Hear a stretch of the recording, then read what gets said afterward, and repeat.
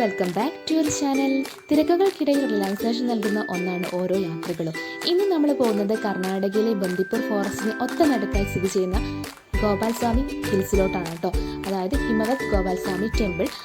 ഇവിടെ വരുന്നവർക്കൊക്കെ നല്ലൊരു ആംബിയൻസ്, അതായത് നല്ലൊരു പോസിറ്റിവിറ്റിയാണ് നമുക്ക് കിട്ടുന്നത്.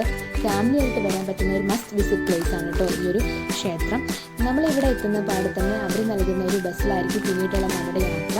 അതിനുവേണ്ടി നല്ലൊരു ക്യൂ തന്നെ ഉണ്ടായിരുന്നു കേട്ടോ.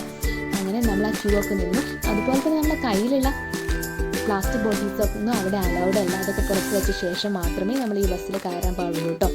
ബസ്സിൽ കയറി കഴിഞ്ഞാൽ പിന്നീട് കാണുന്നത് രണ്ട് സൈഡും നല്ല കാടാണ് കേട്ടോ. ആ കാടിൻ്റെ ഇടയിലൊക്കെ കുറേ കൃഷികളും നമുക്ക് കാണാൻ പറ്റും. അത് കഴിഞ്ഞ് നമ്മൾ അമ്പലത്തിൻ്റെ ഫ്രണ്ടിലോട്ട് എത്തി കേട്ടോ.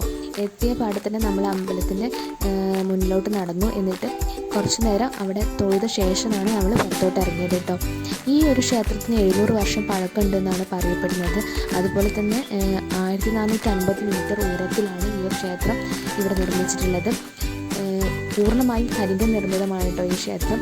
അപ്പോൾ നിങ്ങൾ ഫാമിലി ആയിട്ട് വരുന്നവരാണെങ്കിൽ ഗുണ്ടൽപേട്ടൊക്കെ വരുന്നവരാണെങ്കിൽ ഈ ഒരു ക്ഷേത്രം കൂടി ഒന്ന് വിസിറ്റ് ചെയ്യാം. നല്ല ഒരു പ്ലേസാണ് കേട്ടോ. ഇവിടുത്തെ ആംബിയൻസ് പറയാതിരിക്കാൻ കഴിയുള്ളൂ. നല്ല കാറ്റും അതുപോലെ തന്നെ നല്ല കോടമഞ്ഞ് വരുന്ന എപ്പോഴും കാണാൻ പറ്റും. അപ്പോൾ നല്ല അന്തരീക്ഷമാണ് കേട്ടോ. നമുക്ക് ഫോട്ടോസും ഒക്കെ എടുക്കാൻ പറ്റും. നല്ലൊരു ഫാമിലിയായിട്ട് വന്നിരിക്കാൻ പറ്റുന്ന ഒരു പ്ലേസാണ്.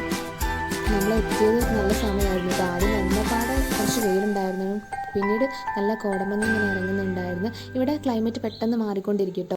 ആദ്യം നല്ല ഹാപ്പി ആയിരുന്നു. നമ്മൾ അവിടെ കുറേ ഫോട്ടോസും കാര്യങ്ങളൊക്കെ എടുത്ത ശേഷമാണ് തിരിച്ചു പോരുന്നത്. പോരുന്ന വഴിക്ക് നമുക്ക് അവരുടേതായ ബസ്സിൽ കയറി എന്നിട്ട് താഴെ ഇറങ്ങിയത് കേട്ടോ.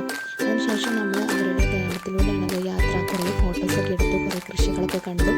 അപ്പോൾ ഈ ഒരു യാത്രയാണ് നിങ്ങൾക്ക് ഇഷ്ടമാണെങ്കിൽ നമ്മുടെ വീഡിയോ ലൈക്ക് ചെയ്യാം. പുതുതായി